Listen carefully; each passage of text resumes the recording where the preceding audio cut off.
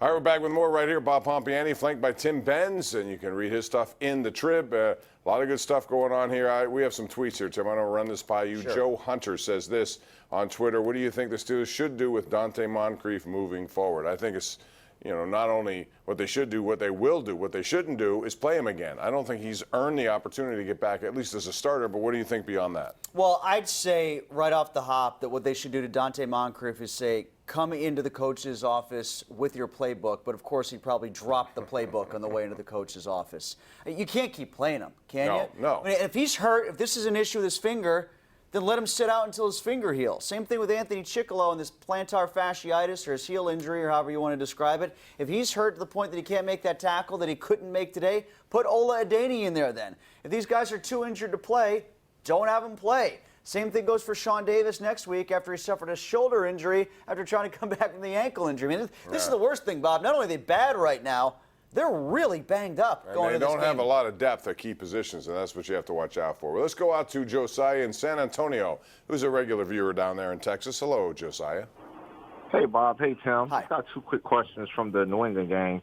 I think the Steelers' defense is too many sub-packages, too much confusion. I know they were talking about simplifying it, but I think they just need to put the best men on the field and just run it like that. And my second question is, I know that they say how to beat Tom Brady is getting pressure, but how can you get pressure on him when he releases the ball so quick? That's everyone's problem. If you saw it today, same thing. I mean, there's no chance for Miami or anyone to get to him.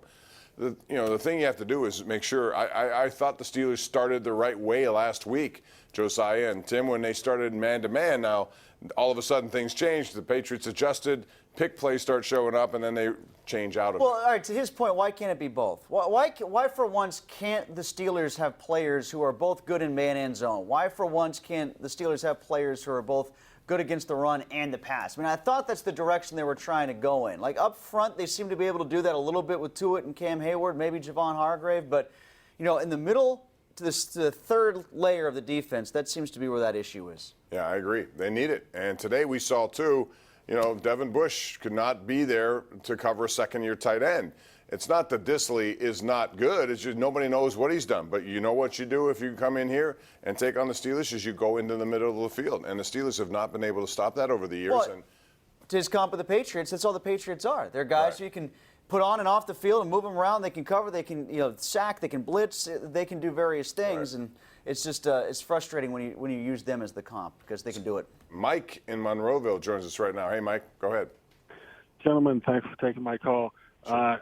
I was listening offline, and dark circles, chilled cucumbers, frozen cucumbers. But very happy. I'll try anything to get rid of those dark circles, but go ahead. Very happy with how Rudolph played. Younger guys seem to be doing pretty well at receiver, but I think Moncrief's probably going to be working at Minios tomorrow morning. Just a horrible job. I mean, I think it's important to realize if he has that injury, like Tim said, if that's a problem, then he shouldn't be playing. But if it's not a problem, then he shouldn't play, period, because then you got to see what you got. I don't understand for the life of me why James Washington seems to get in the games later. Johnny Holton was in there again earlier today. What is James Every time I see him. Bob, they're going to hit that deep shot eventually. That Johnny Holton secret weapon deep shot's going to hit eventually. You just wait. Do you really want Dante Moncrief tossing your pizza? No. I do not, because that pizza's winding up on the floor. All right. Let's go out to Waylon in Washington, who joins us right now on the Ireland Contracting Nightly Sports Call. Go ahead, Waylon. Hey, hi, Dr. Bob. Hey, Mr. Tim. How are you? Okay, doing fine, thank you. I'm not a confrontational guy, and it kind of got me where, Ben Roethlisberger didn't really help the young guy. He didn't even go talk to him. He was sitting on the bench by himself till the offensive coordinator came around. Maybe he's better off that way. It's not a question, just any thoughts you guys have about that. Well, I don't think you should be deceived by what you watch only on television, because sometimes you don't see what's going on the field. Right. I wasn't on the sideline. I don't know that. Right. Rudolph, for the record, Rudolph said that he and Ben were talking after possessions. I didn't notice it. I wasn't looking for it a ton, to be frank with you. Right. But I see it at practice when, the times I've been there, I've seen, he's working with these guys as best he can. I don't know what people expect out of that, other than he's willing to help. And to what level? We don't see practices inside. We don't see when the film sessions are going on. I'm sure there's a lot of that we don't see. Yeah, and there's a presumption. They have other things to worry about than that right now. There's a presumption that Ben's not going to be happy about this because he wasn't thrilled with Rudolph's draft choice in the first place. But, I mean, if Ben had his way, Charlie and Byron Leftwich would still be his backups. Like, that's the way he liked it. And, you know, he just wasn't going to be happy whether it was Dobbs or Rudolph in this situation.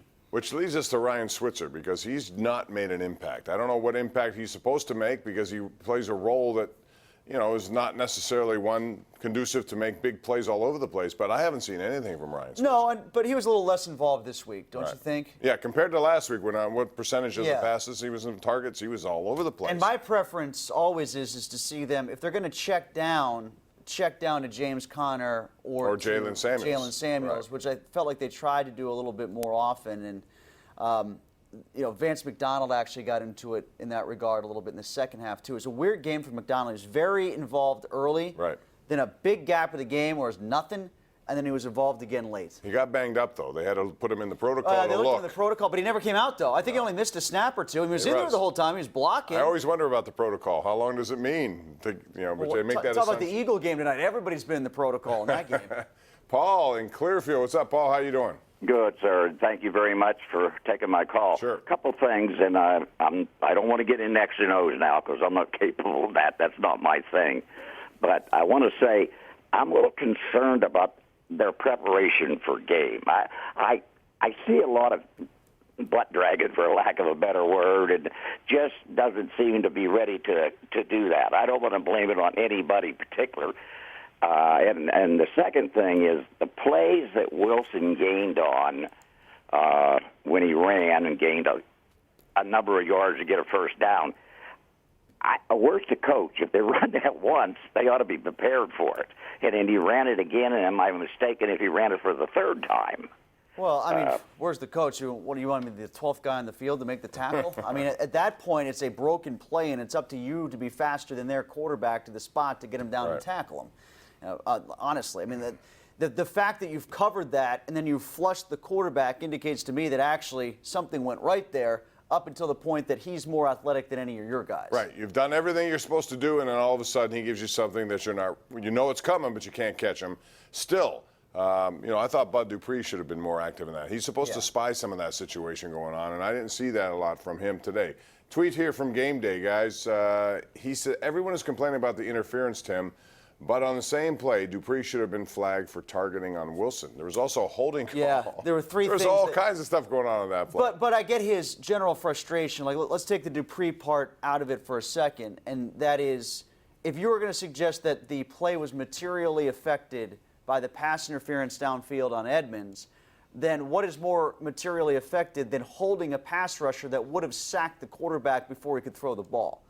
And that's where they've opened this Pandora's box on replay. You are separating pass interference as something entirely different from everything else because it could be a major change down the field, but you're taking third and, would have been third and 30? Yeah. And maybe making it third and 45 with that sack or a holding call or something like that. So I've got a real problem with separating. And then you turn it into a 38-yard gain, because of the call. So I've got a problem with the ability to put a flag on the field for something that hadn't been flagged initially, whereas there are other penalties that are just as important on the other side of the field that aren't pass interference. Yeah, that whole thing was a mess, and I think you're going to see more of it. Confusion, Mike Tomlin said afterward, and so did Pete Carroll. Both quoted saying, we're not really sure. We're taking chances when you throw the flag. Well, I thought Tomlin, just because they called the penalty against the Steelers, probably had one coming his way. Right. I know he's gun-shy because he's had so many bad challenges, but that's one I would have risked because didn't you feel like they had one coming? Sure, I would have done it too. 50-50 call on Edmonds? Absolutely. Yeah. All right, we got to take a break here. Plenty of calls. We'll be back with more right here live on Pittsburgh CW.